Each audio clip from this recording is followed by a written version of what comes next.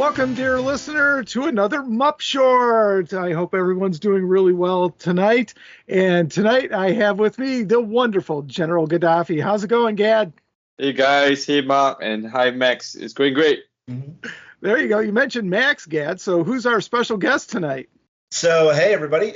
My name is Max McDougall. I own and operate McDougall Designs, and I'm here to talk about everything Mantic and otherwise McDougall Designs. Tell us a little bit about yourself. Introduce yourself to the Mantic Universe podcast audience. All right. I own and operate McDougall Designs 3D.com. That is an online miniature web store. So I carry Mantic, which is at 20% off, by the way, as standard. I also carry other miniature manufacturers if you want to go miniature agnostic with your Kings of War armies and do a whole bunch of different things. For example, Perry Miniatures, Warlord, War Games Atlantic, definitely. But also, there's various smaller game systems that I also support, like, let's see here, EM4 Miniatures, who do a whole bunch of small things. And, what's the other one? I have so many. But basically, I operate a hobby store. That's basically it. So if you need miniatures and you want them at a decent discount, McDougallDesigns3D.com, or you can email me at McDougallDesigns3D@gmail.com, and I will happily provide you with a non-commitment quote, so a commitment-free price quote at the discounted rates. There you go. Well, I plan on diving into that a little bit more later on in the podcast, Max, for sure. But how about your gamer origin story? How'd you get into playing games? How did I get into miniature wargaming? Well, you see, that was 21 years ago when I was a 10-year-old lad. My family took me into the Games Workshop store in Brampton, Ontario, Canada. And I saw a whole bunch of different awesome miniatures. And I didn't buy anything that particular trip, but we found a hobby store in the town that we lived in.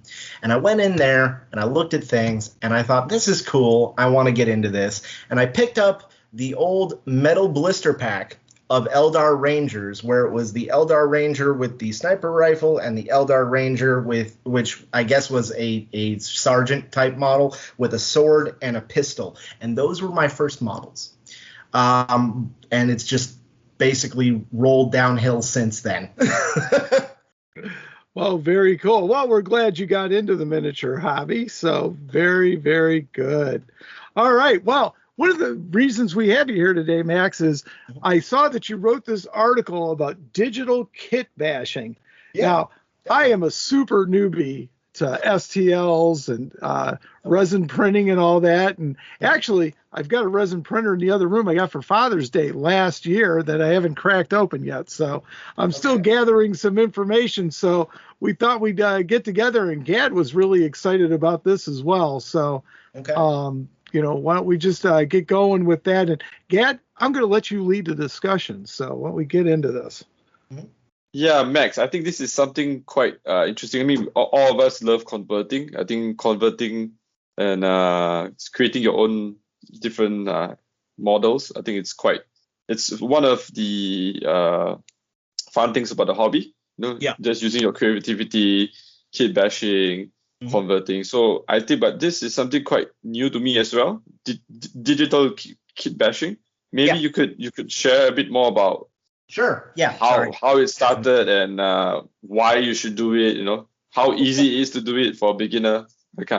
So you can use free programs, and it really is the easiest way to create unique miniatures and unique armies.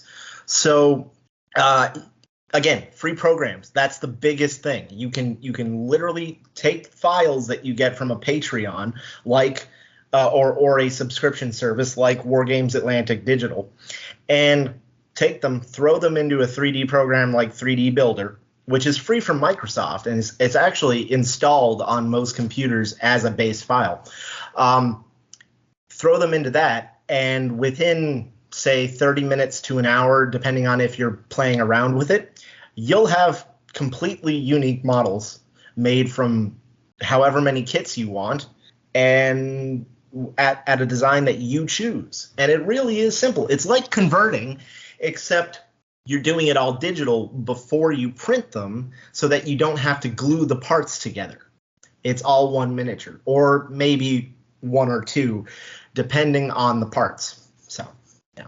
Oh yes, I think what one of the challenges of kitbashing is, making sure things fit to each other, Yeah. And stuff like that. So wow, so you mentioned it's a free program? Well, yeah, you can use free program. I mean, it's like any hobby or sub-hobby. You can get free programs, and then you can go further on from that to things that cost money. So like the program that I used in that article that you mentioned, Mark, Yep. was 3D Builder. Again, that's from Microsoft. It's a free program, but you can use things like Blender is a program which is at base free, but then you can get a pro version.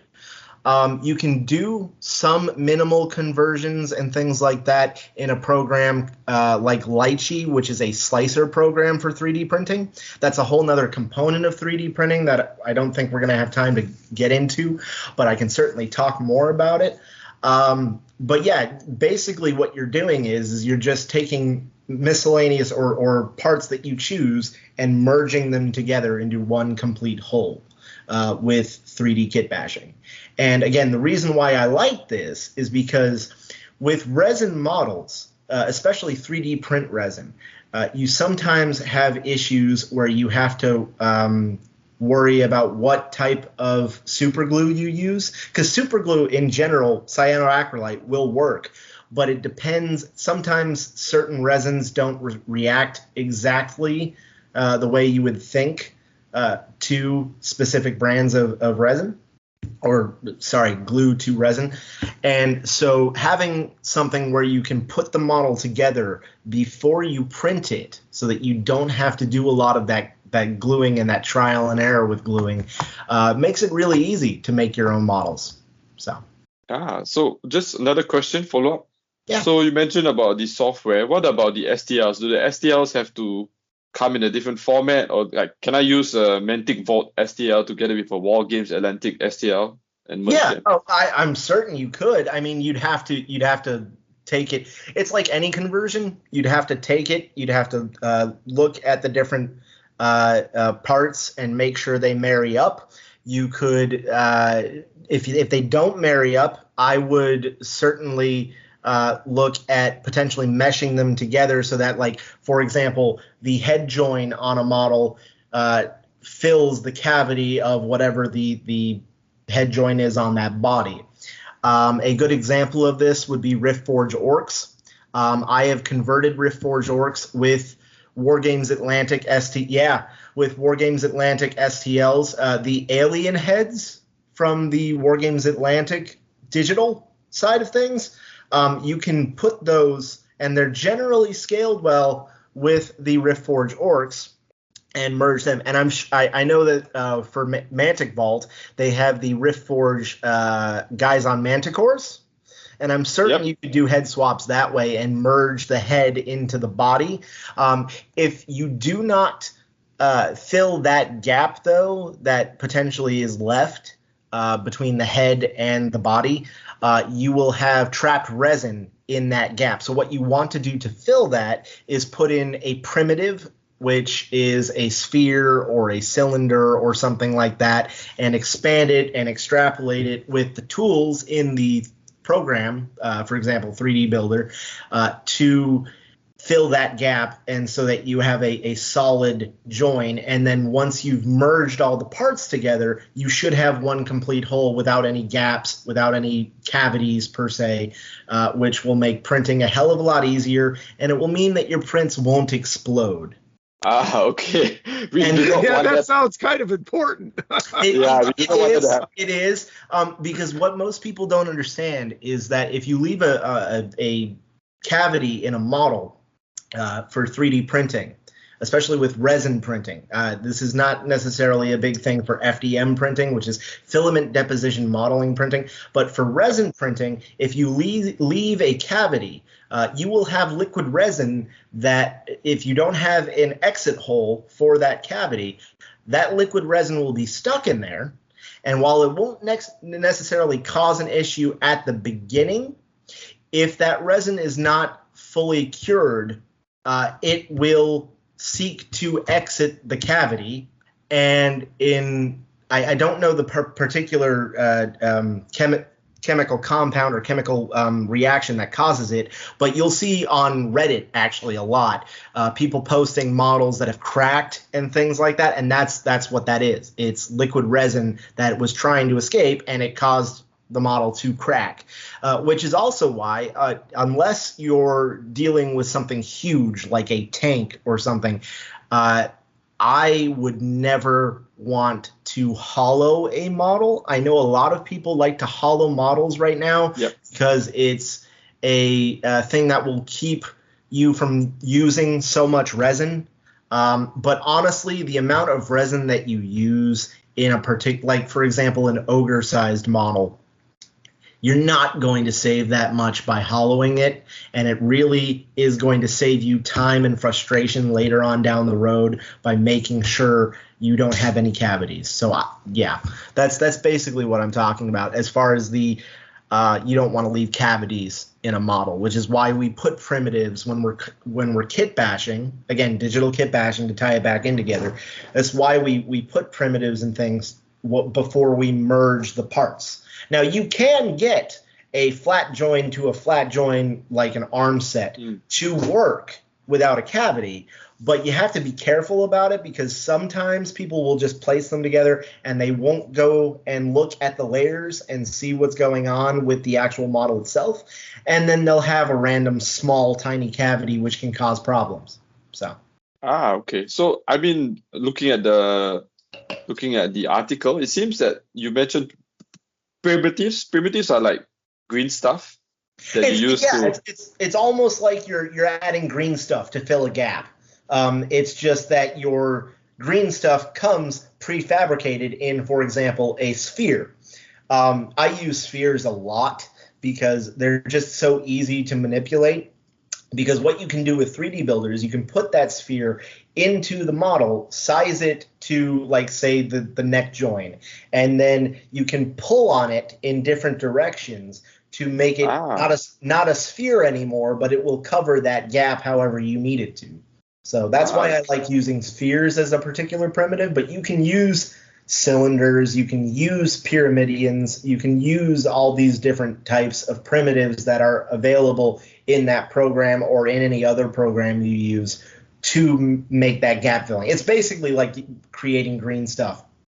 So okay, yeah, it's super cool because I mean, up to reading your article, the customization from 3D printing, I mean, that I was aware of was mainly on the size, increasing the size of the model, and also reversing the pose. I think that's something you can mirror. You can mirror. Mirror. And you can mirror it and get a left-handed model or whatnot. This is actually, mirroring is a great part of kit bashing, especially with 3D printing kit bashing, because if you want left-handed swordsmen, you can get left-handed swordsmen by taking a right-handed sword arm and mirroring it. The important part with that, though, is you want to save things repeatedly. And if you're dealing with something where it's something that you might want to use later down the line, like, for example, a right-handed arm mirroring it to create a left-handed arm. If you want to use that left-handed arm repeatedly down the line, you might want to save that separately as just the left-handed arm so that you can then load it into a project later on down the line. But while I'm going through kit bashing projects, I always save as a project file for 3D Builder. This is called a .3mf file, and then there's other different types of project files for different software. But you can save it as a project file, and then when you get done, you've merged everything together. That's when you want to save that completed model or completed part of a model as an STL format. So. Okay, those are some very helpful tips, I'm sure, for anyone that is looking into going digital kit bashing. I think it's super interesting, super exciting. It's like converting with a click of a mouse. It really is. It's converting with a mouse. Yeah. There you go. So how did you think about doing this, Max? I mean, how did you get started? Let's start with why did you think of doing this, and then how did you get started? So why did I decide to 3D print and kit bash with 3D printing? Well, for one thing, I've always wanted skeleton Romans. I don't know, Mark, if you remember the old Russian Zvezda skeleton Roman plastic set from ages ago. That was 1/72nd. I never was able to get a hold of that plastic set, and I have wanted plastic skeleton Romans for ages, and I couldn't get them. And metals were always way too expensive. So I started taking Roman historical 3D prints and throwing the helmets and whatnot on skeleton heads and things like that. And none of those really worked out. I could never get it really to work. And then my project shift happened, because basically philosophy with gaming and modeling is I do something until I almost burn out on it, and then I'll swap over to the next project. And I have 4 projects that I swap between. And the next one after that Roman project, when I just got tired of trying to convert it and trying to make something work, was doing Mechanicus for 40K.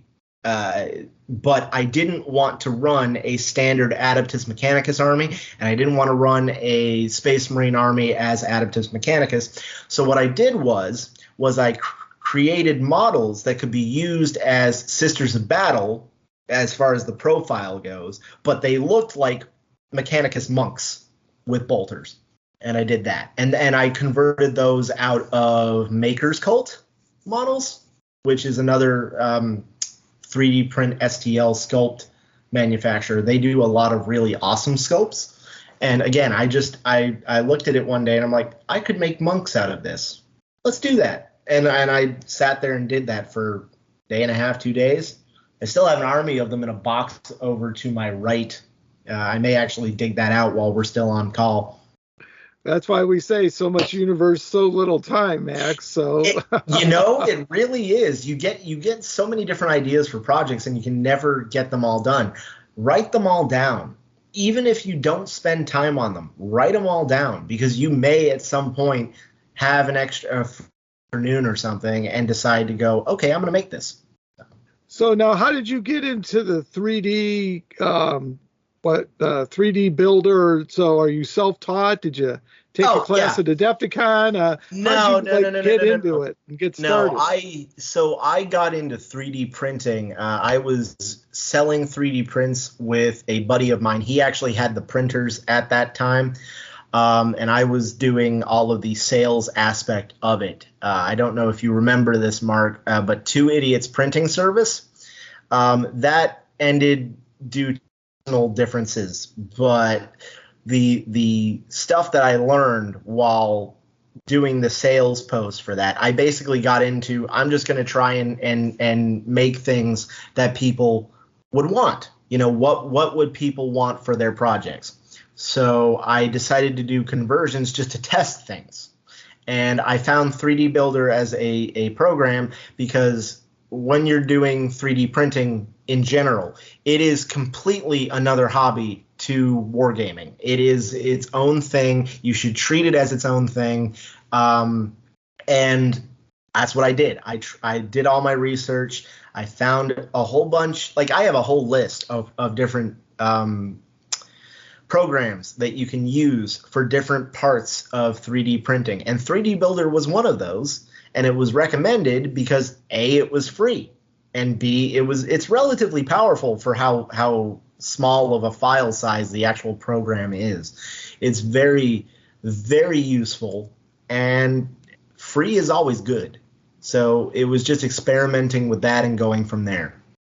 But it was self-taught. I self-taught myself how to 3D print because after that particular joint venture ended, I decided to go out on my own and found McDougall Designs. At first, I was offering 3D printed parts for miniatures. I didn't actually sell the current plastics and things from various manufacturers. That came later. I was doing conversion parts and things like that with a couple of 3D printers in an enclosure that I made myself because safety is important. And I went through and, again, was just doing conversion sets, occasional models, things like that, and it was all self-taught. Very cool. Did you ever use Mesh Mixer or something like that? Yeah, I've heard about? I have experimented with Mesh Mixer, but I don't particularly care for it. It's not as, I don't know, I just have more time with 3D Builder, and it's always been useful to me that way. I've used Mesh Mixer in the past. I've used, let's see here, bring up the list. I've used Chittobox is really good. Again, that's another slicing program, but you can do things with it. Again, I mentioned Lychee. You can also check things with other programs like Prusa Slicer. Even if you don't use a Prusa printer, Prusa is a company that makes printers. Even if you don't use their printers, you can use their program to check file integrity and things like that. So it's all fun and just learning different things with different programs. But yes, I have used Mesh Mixer. I just don't particularly care for it. There you go. So can you just take us a little bit now? Where was your article published? Because we'll have to put a link to it. And then can you kind of take us a little bit through it without spoiling it? Sure. Yeah, sure. So the article I actually wrote for Wargames Atlantic as part of their Atlantic Digital subscription service, but they posted it on their main wargamesatlantic.com page. And the article goes through step-by-step guide on how to convert, just do a basic conversion between three different kits. So you had the recent Xerxes Triumphant STL model set, the Classic Fantasy Cultists, and then the Egyptian Skeletons. And what all that entailed was taking parts from those sets and creating a lich, like you would see in D&D or any other RPG series. You wanted something that would evoke that RPG aspect of big bad evil guy. But a lich is a great creature for that. So I decided to take parts from what I thought would look good as a lich and mash them together. And I did that article based on that. Oh, very, very cool. So, Gad, do you have any more questions? Yeah, I mean, what are the, you're talking about how the pros and how great it is to kitbash digitally. What are the cons? Any pitfalls, anything to look out for? Okay, yeah. So what are the cons? Well, I don't think there's necessarily a con other than time sink, because you can get stuck doing, you'll be sitting there for a couple of hours and you might get stuck on how do I make this part work with this part. And I've had that happen, and I've had to sit there and go back to the drawing board and approach it and look at what kits I had available and see if I could try to do something different. As far as other cons, it really isn't. It's a process by which you can create your own stuff. And again, I would say the cons there are A, time sink, and B, what we mentioned as far as cavities, because if you, it's honestly, it's a learning thing. It's not necessarily a con, but it's trial and error. So if you make something and it has one of those cavities, or it has an issue with the file, and you go to print it and it prints fine, or it prints partially screwed up, you don't know why until you go back and dissect exactly what happened. You go back, you basically have to retrace your steps to figure out what could potentially cause that error. So, yeah. I don't think there's a con per se, because again, it's something that you can put as little effort into as you want or as much effort into as you want, and you can create some really awesome stuff. Yeah. Just another question. Yeah. Do the STLs and how the STL file is, does it matter? I mean, do different manufacturers, do different Patreons do STLs differently, or is it something that you can just manipulate in the builder? As far as the actual file itself, it's not going to matter because STLs are STLs. It's a type of file.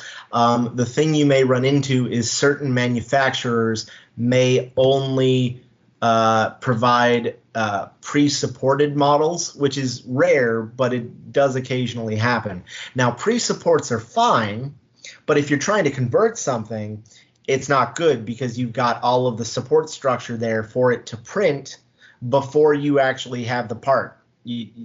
So you're looking for unsupported parts when you're doing these STL conversions. And some manufacturers, some STL creators, file creators, will provide Chitubox files, which again is another type of program.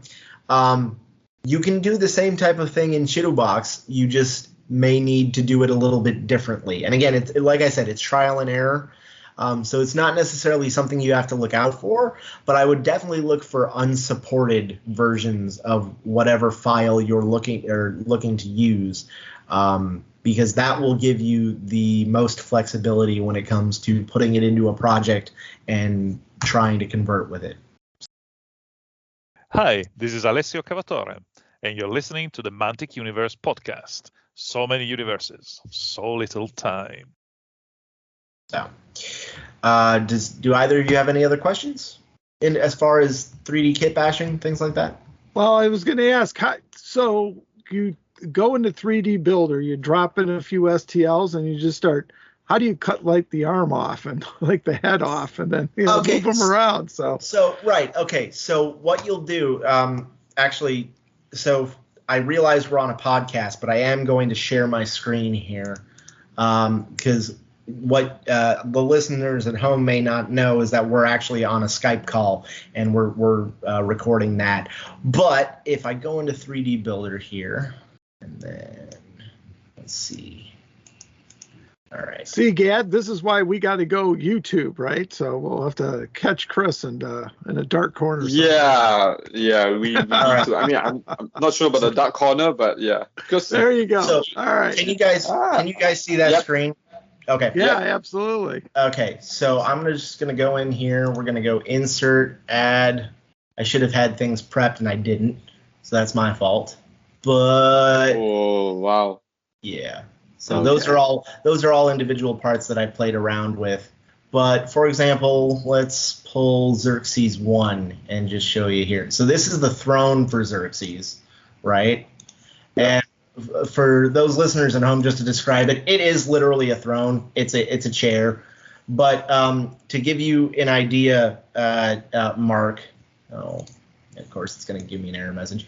So you can go down. There's a whole taskbar down at the bottom here, and you've got options for rotating, just regular movement. So you can see that chair is partially below the plane of existence per se, and you can just pull it up. Now, most models will come with their arms separate, so that's really a good thing. If a manufacturer gives you a model that has arms already attached or sculpted on, that is an issue. You can't really get around that. You can use Blender, and you might be able to cut it into parts. Blender is a very powerful program. It's actually meant for 3D sculpting. People sculpt models in this. I don't have that open. I have 3D Builder open just to show you. But if you want to actually take parts off of a already completed model, Mark, you would have to go. You can go into 3D Builder here, and you could go edit.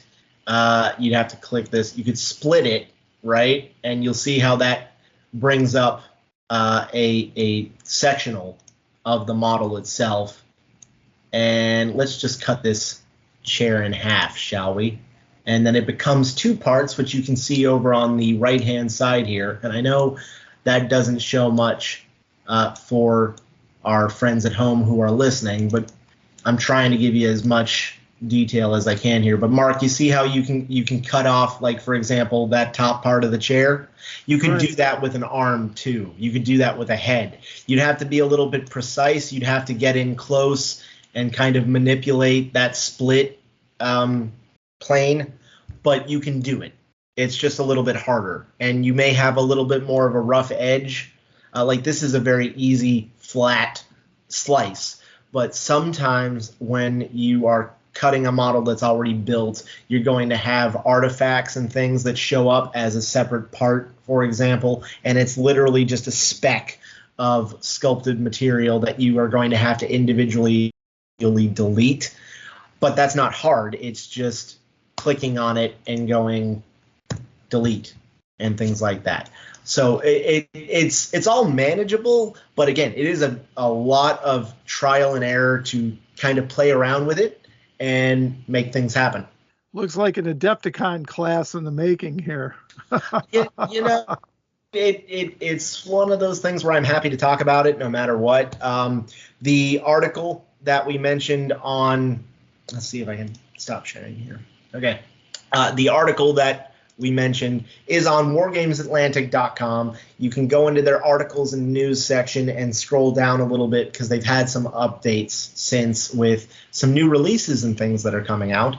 And you can read the article, and it'll give you a basic overview on how to put things together in 3D Builder, because again, that is what I use. If any of our listeners have questions, they can email me at McDougallDesigns3D@gmail.com, and I will be happy to answer questions as I can. I try to give about a 24-hour notice in terms of response time. So. Very, very cool. Any final questions on this one, Gad, or I'm going to move on to our next discussion? Not for now. I think maybe once I start up 3D Builder and start working around, I'll have many questions for Max. But yeah, it's happy to help. It's a good primer. Absolutely. Yeah. Well, maybe this will be the start of our video series, right, Gad? Fine with that.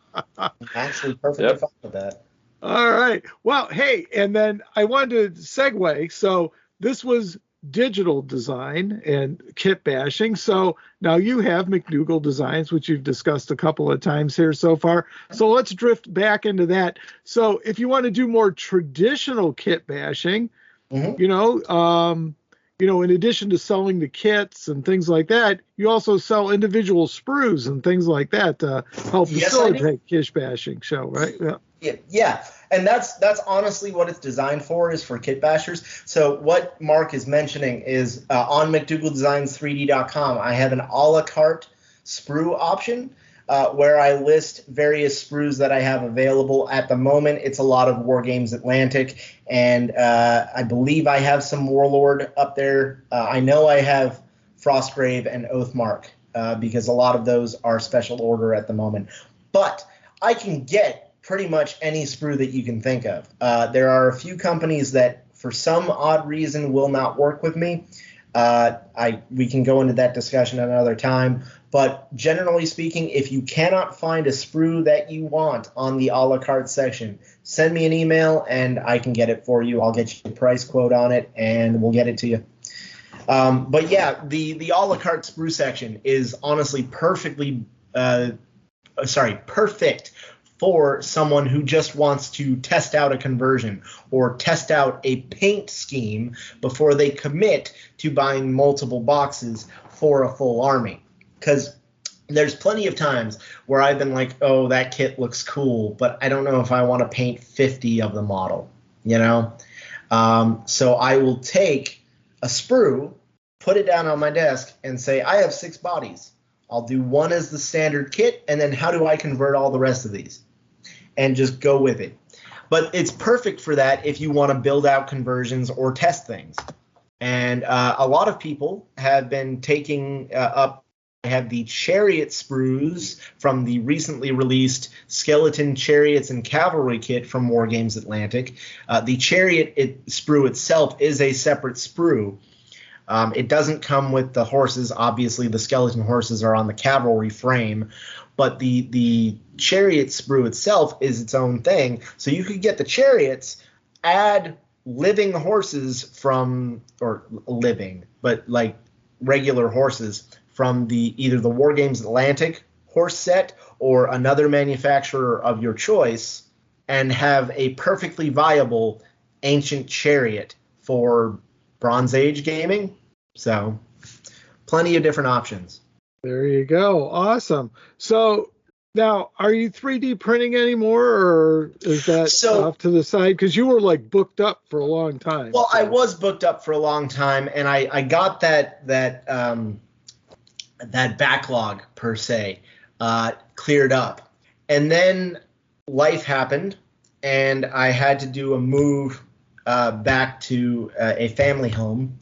And I do not have a dedicated space for the 3D printers at the moment. I don't have a space where I would feel comfortable setting them up, because if you don't know about 3D printers, and this goes for both resin printers and filament deposition modeling FDM printers, which most people will call plastics printers, both resin printers and plastics printers produce an off-gassing of a type VOCs, VOCs, volatile organic compounds.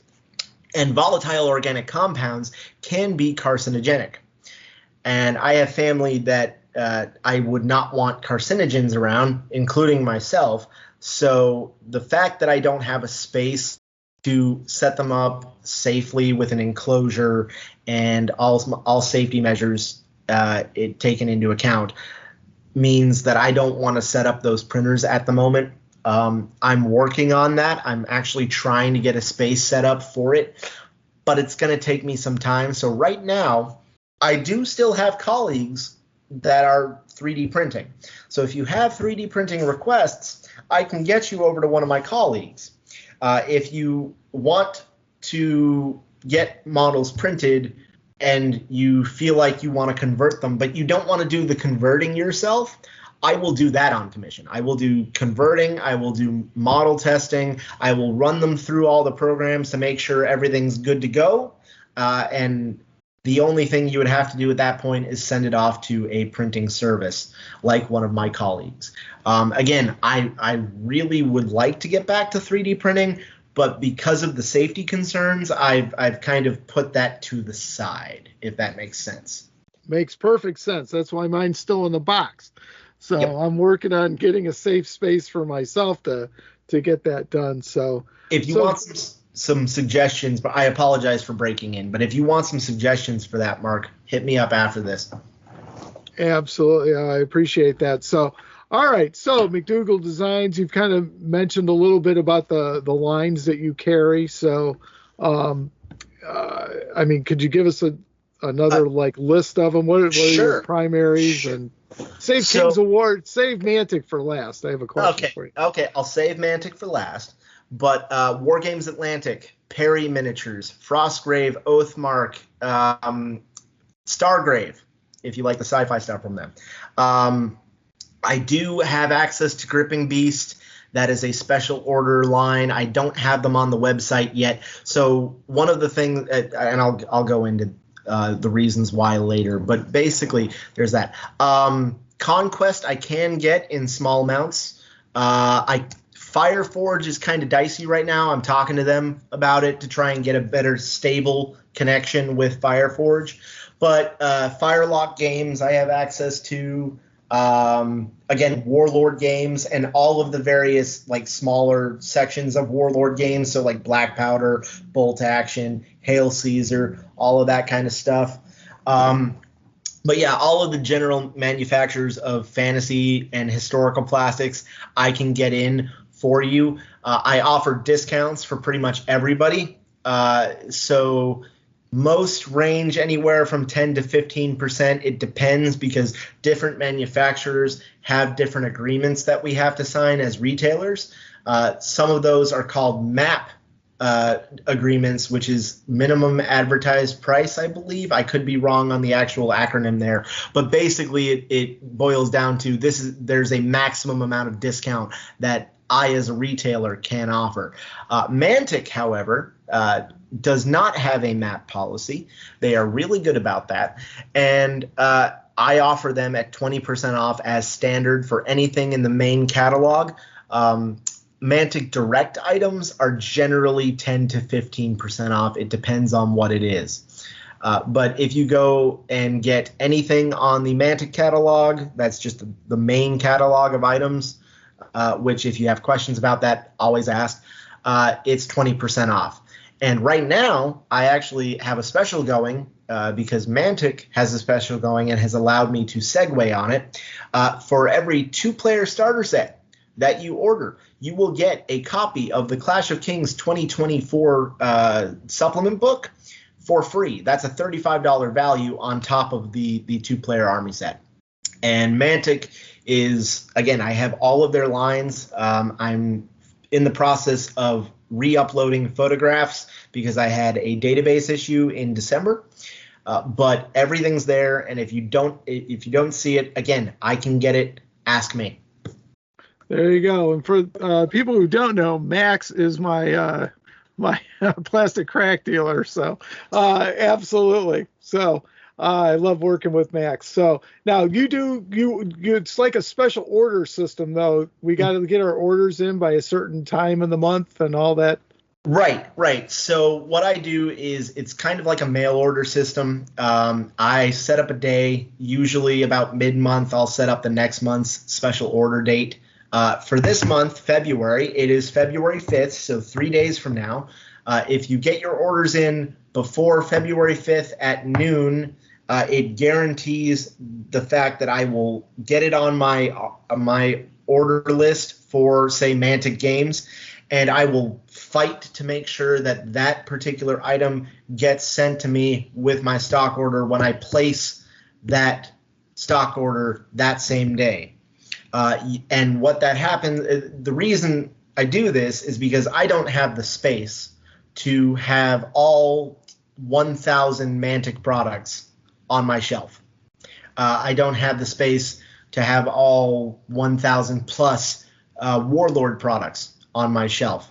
It's just it's honestly just a space concern, and so they're on there. They're on the website for special ordering.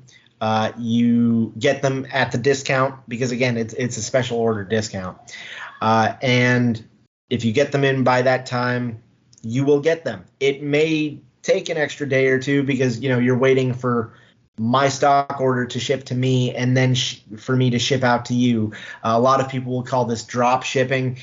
I don't consider it drop shipping, even if it meets that criterion, because I am trying to make sure that my customers are happy. A lot of drop shippers will just post up on Amazon that they have X, Y, and Z, and you order it, and it's a crapshoot because you don't know if you're going to get it or you don't know if it's going to wait for, a couple months.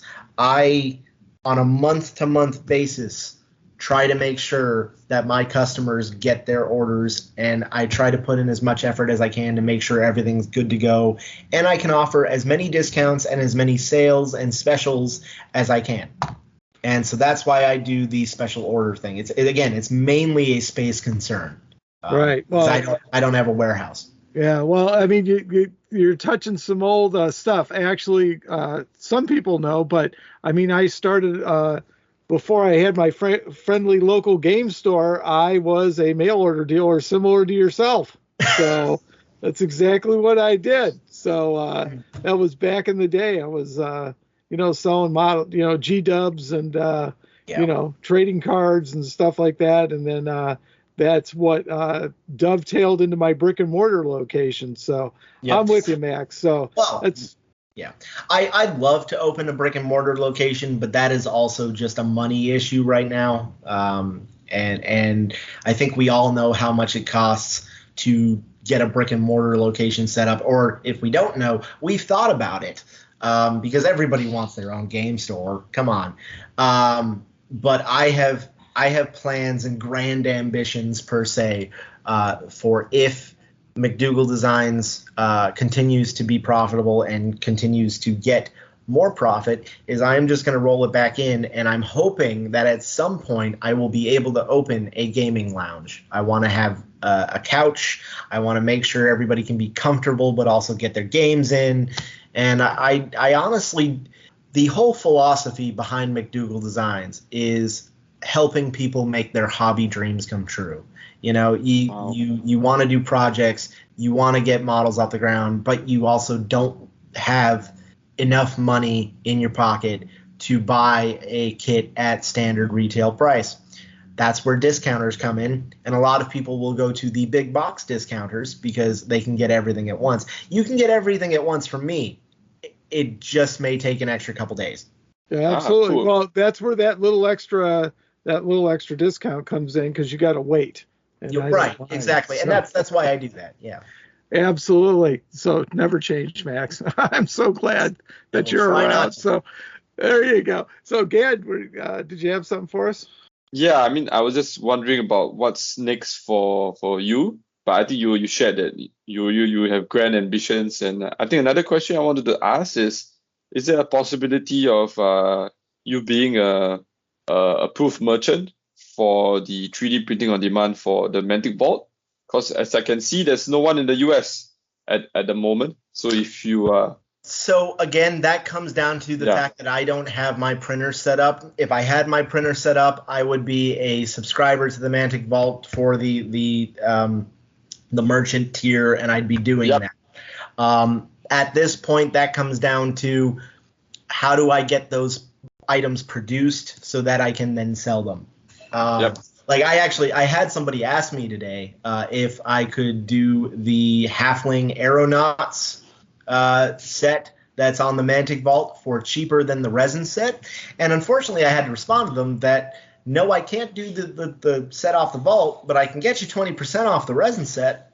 So again, that'll just come down to if I can get the 3D print lab. I don't like the term farm. I think that's kind of off. If I can get that lab set up and in a safe location with safety as primary concern, then I can look at producing kits like Mantic's models, like Medbury miniatures, which I used to print, Texarley Factory with their Armies of the Sands range. Basically, Forest Dragon, Max, you printed my Forest Dragon. Yes, I did. Wood Elf Army for me. Yes, I did print your Wood Elf Army. Forest Dragon does amazing sculpts. Gad, if you don't know about Forest Dragon, they do 10 millimeter. Mark and I both like War Master. And if anyone doesn't know what War Master is, it was a 10 millimeter model range that Games Workshop did back in the day. And I would love for it to come back as a standard game. Right now, it doesn't look like that's going to happen. So we have third-party companies like Forest Dragon coming out with excellent STL sets. And I would love to get them back up as well. But again, it's just for right now, it's a safety thing with getting the 3D printer set up, or alternatively, finding a colleague that could fulfill my printing needs to get those models into my shop in a retail format for a margin that makes sense. Because obviously, I have to make money. I can't be completely do it for charity. I'm not a charity. Clubhouse guy, Max, the clubhouse guy, print everybody. Yeah, I'd love to be independently wealthy enough to be the clubhouse guy. Mark, I can't. So that's why I offer things at a discount where I can still make a little bit of money to make things work. Because again, I want to bring in more sprues. I want to bring in more sets. I want to bring in more things. And eventually, I want to get models made. Like I said, that first set that got me into 3D print conversion things was the Undead Skeleton Romans. I want to eventually raise enough money to make that in plastic. I want to make Skeleton Romans in plastic. And I'd probably do that through Wargames Atlantic's program, where they will work with you to get your plastics made. But the other alternative with that is I could run a Kickstarter, but I don't know enough as far as Kickstarter is concerned, to feel comfortable in offering that at this time. But, as far as going forward right now on the small scale GAD, it's getting more kits in, getting more model ranges in, trying to help people expand their brands. Like, I've taken on smaller manufacturers like EM4 and Scouts Out. Scouts Out was the skirmish game that I was thinking of earlier that I didn't get to. Scouts Out is a World War I skirmish game, and he does all of his manufacturing in-house. It's a small one-man operation, but it's a lovely coffee table skirmish game for World War I if you want to get somebody into historical wargaming. So, yeah.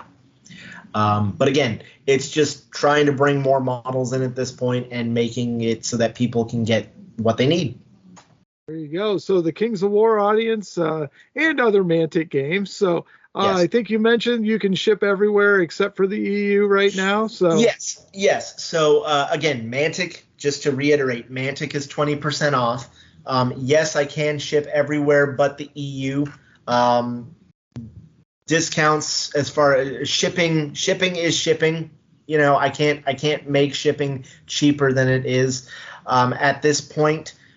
For rest of world customers, the free shipping threshold is $200. So if you have $200 or more in your cart, you will get free shipping. If you are a USA customer and you have $100 or more in your cart, you will get free shipping.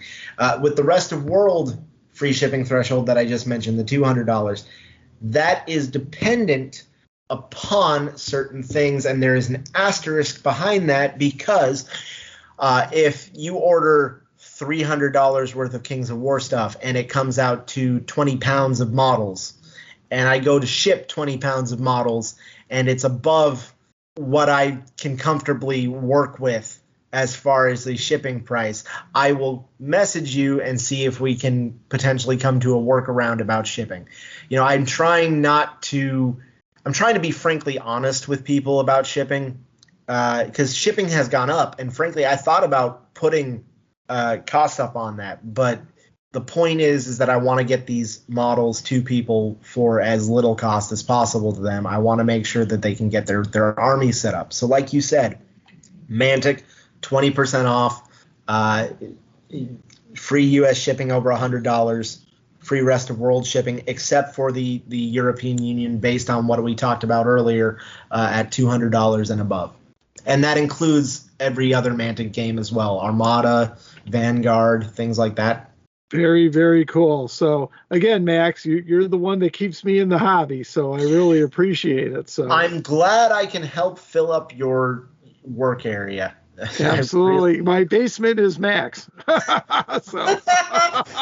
As long as your basement is maximum, that's what matters. That's exactly it. So, it's like that new Mantic stuff's coming out, and I'm texting. But I enjoy working with Max, so I'm very happy to introduce him to our audience. So, but all right. Well, Max, it's a Friday night. Got to run. So, and thank you very much. It's You're welcome. Up short, and yeah, very, very, very good. So, well, we can have you back in the future if we have more to talk about, and maybe we'll get a little more into the digital sculpting stuff. And Gad, any parting comments? Any last questions before we run?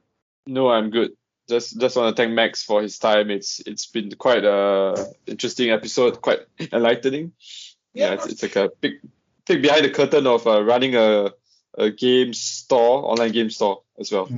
Yeah, and if you want to have me back, Mark, to talk about things like just coming up and doing historical research for plastic kits, I can totally do that. So whatever you want to talk about, if you need an extra person, holler at me. You got it. And so, Max, just one more time, how can people get a hold of you?